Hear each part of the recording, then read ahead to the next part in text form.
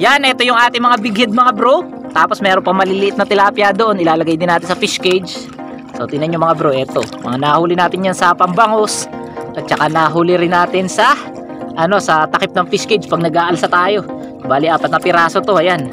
Kunin na natin yung big head. Yan, dito na. Alright, pagpalaki ka ha. Ito yung malaki eh. Yan, pagpalaki ka. Boom. So, nakadalawang malaki rin tayo. Ayan, laki niyan mga bro. Ang laki yung 6 finger. Pati yung bangos, lagay mo na dyan. Tsaka yung mga kanduli. Pasensya na sa mga sa mga subscriber natin na gusto order ng ayungin. Kaso hindi talaga natin mabigyan mga bro, no? Yung huli kasi natin mga bro, padala 2 kilo lang, pa isa-1 kilo lang. Mga kapitbahay natin at kabarangay mga bro, kulang na kulang pa yung ating mga pambenta na ayungin.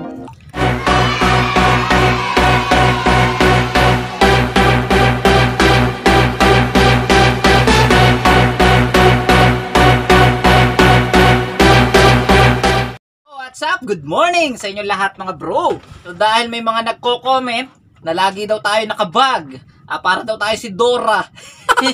So yan mga bro, ngayon gagamit na tayo ng na original na gamit talaga ng isang literal na mangingisda. Gagamit na tayo ng kanyuto. Ayan, araw-araw dadalhin na natin yung ating kanyuto. Ayan. So gumawa na rin tayo ng kanyuto natin. So si Tol, meron. Tapos si Inzan Peps, meron din kanyuto. So ito sa atin, kulay dilaw. Pero syempre, yung ating bag na paborito mga bro, narito pa rin yan. Dala pa rin natin. Kaya lagi ko itong dala mga bro, naglalagay kasi ako dito ng plastic. Ito, ayan. Lagi ako may dalang plastic. Kasi alam nyo naman mga bro, ngayon madalas yung mga ulan, pabigla-bigla, di ba? Yung ulan, idala natin yung ating cellphone.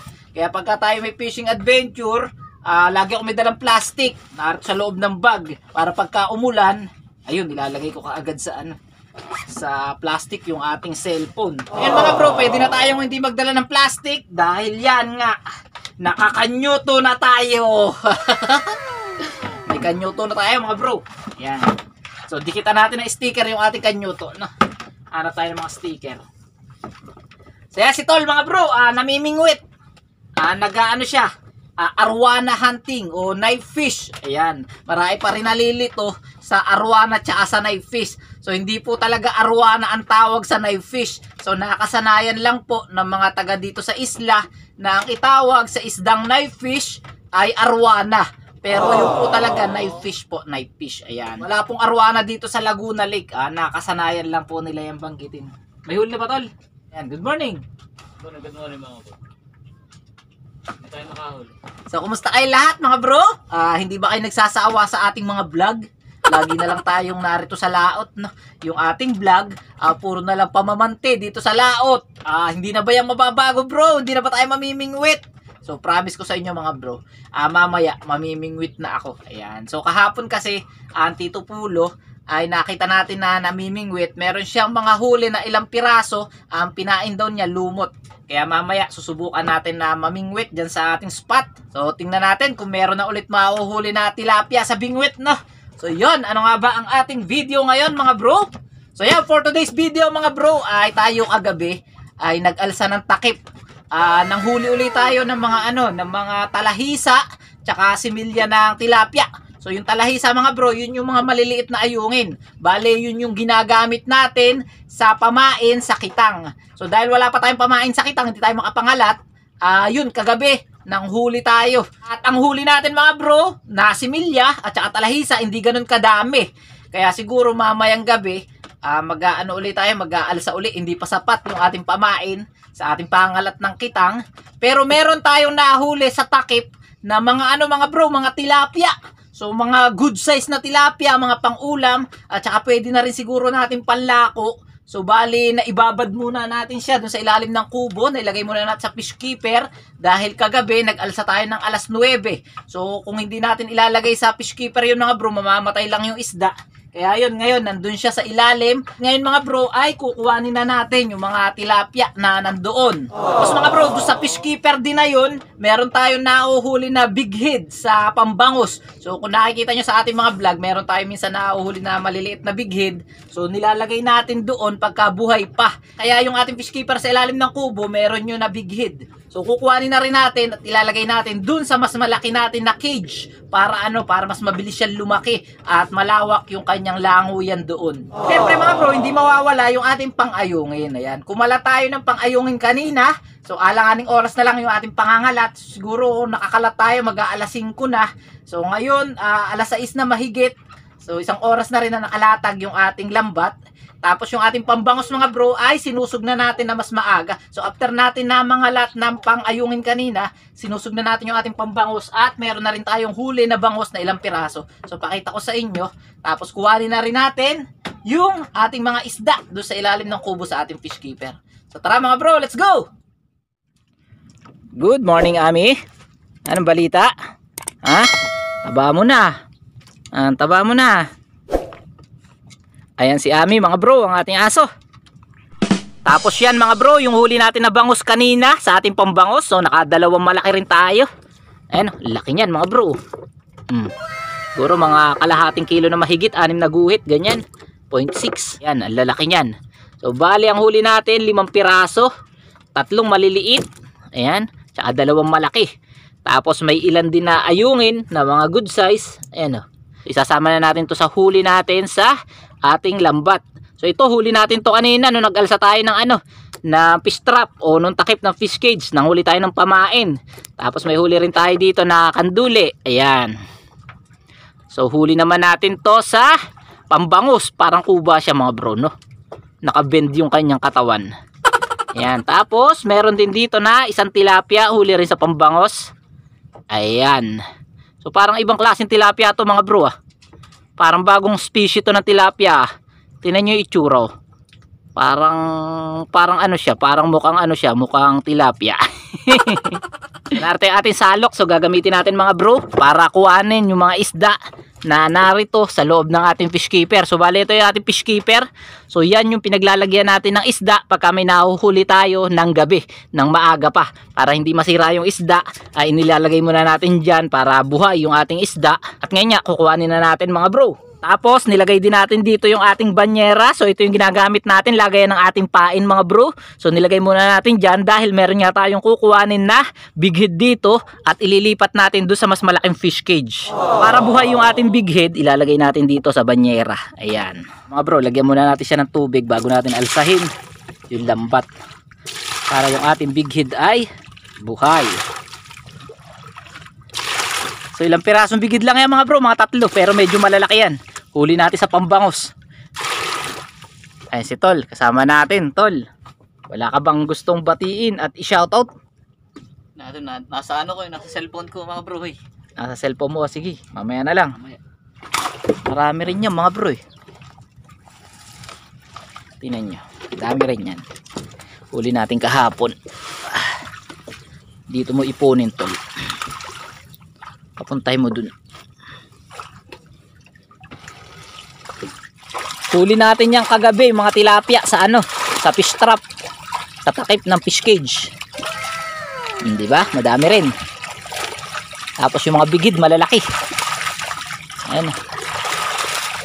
Up, mababasa ating cellphone. Unti lang muna para mapilian natin makuha ko yung tilapia. Ayan. So lagay mo muna dito. Ay mga bro, may maliliit na tilapia. Ay kaso ako Sige, sali mo muna, mamaya na lang. Sali mo muna, mamaya na lang natin Ayan, ayun yung bigid mga bro. Ito yung bigid, ilagay na natin. Ayan, laki. Ito yan. Ayan, bigid.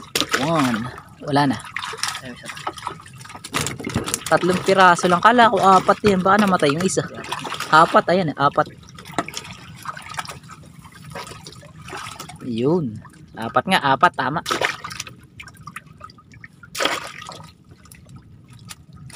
Ay mga bro, ang daming tilapia. Huli natin yan sa takip. Ay, may huli pala ako dyan sa dala mga bro. May huli pala ako sa dala dyan. Kunin mo na lahat, pati maliliit. Tayo lipat natin sa cage.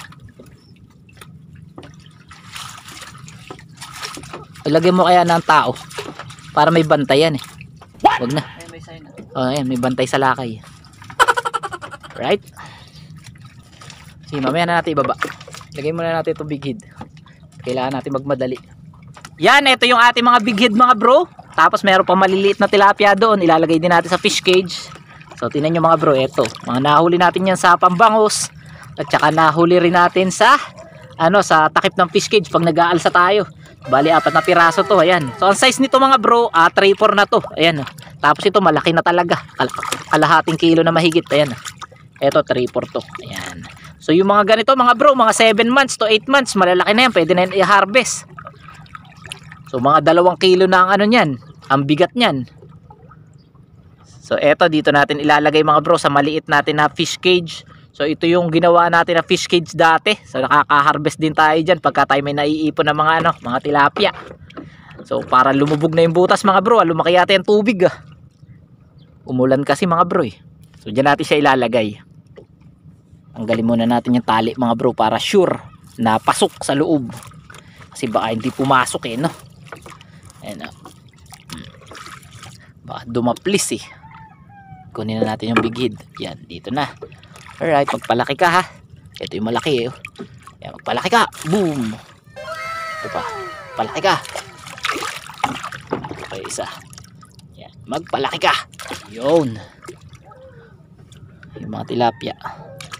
Mga ganitong tilapia mga bro, sandali na lang to. Kasi maganda tubig ngayon. Mga lang yan. Mga 3 months to 2 months. Pwede na yan. Basta hindi mababago yung ganda ng tubig. Tapon muna natin tubig nito mga bro. Tapos yung huli natin, lagay natin dito.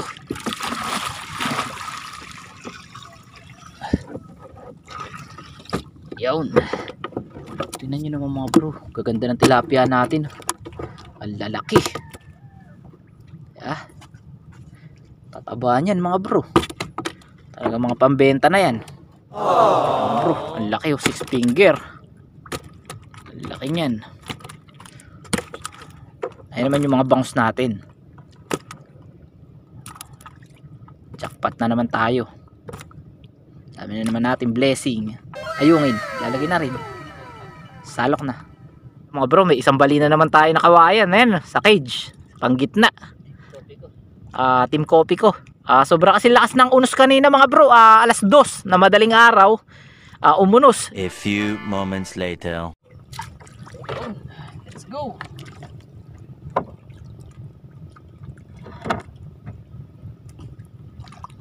Gagamitin ba yung maliit na nasagwan? Okay. Okay, ako na. Okay na. Okay na. Ayun bro, mahina ang kapit. Oh no! Yeah mga bro, shoutout muna tayo sa lahat ng mga Kuis Fishing Breakthrough. Shoutout sa inyo. Shoutout din kay Raymond Valderian ng Binitagan. Shoutout sa iyo bro. Kay Jerry Vlog ng Taguig. Shoutout sa iyo bro. Shoutout din kay Saldi Aviles Ferrer ng Morong Rizal. Bro, buti na lang kahapon nung nahulog yung ating tripod, hindi kasama yung ating cellphone. Nung nahulog, naku. Malamang sisid agad tayo nun. Sabit saan kaya? Tingnan mo kung saan nakasabit.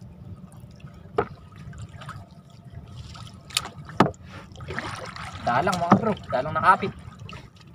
Shoutout din kay paring Jericho Abadi. Shoutout sa iyo pre. At kay Jonathan De Los Santos. Shoutout sa inyong lahat mga bro.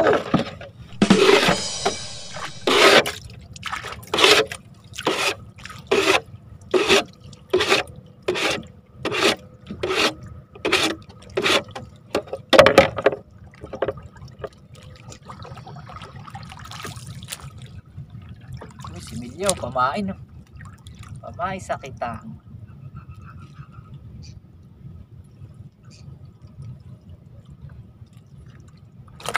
Tatlo, sunod-sunod.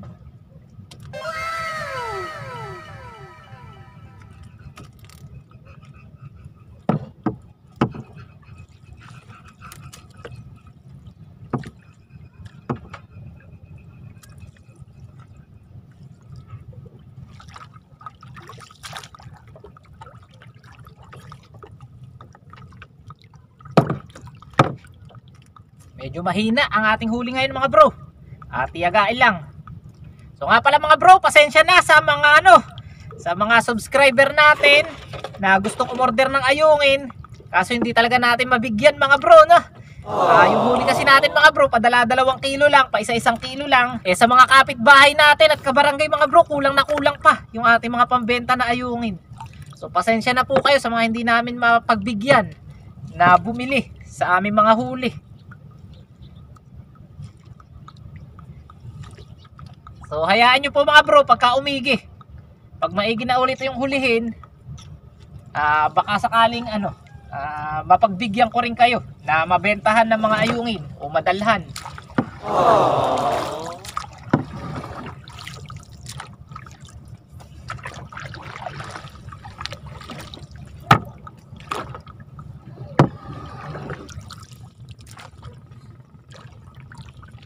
Oops.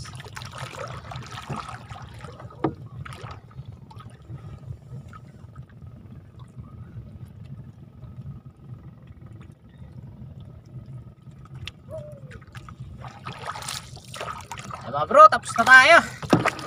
Ang huli natin, kokonti lang.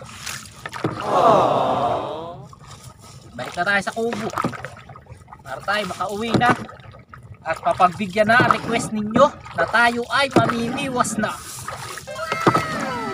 Mamimiwas tayo mga bro, nakapag-edit na ako kanina Mga bro, ito lang yung huli natin kokonti, wala pa yata 1 kilo. Ayan, kapuringot lang. Yagain na rin.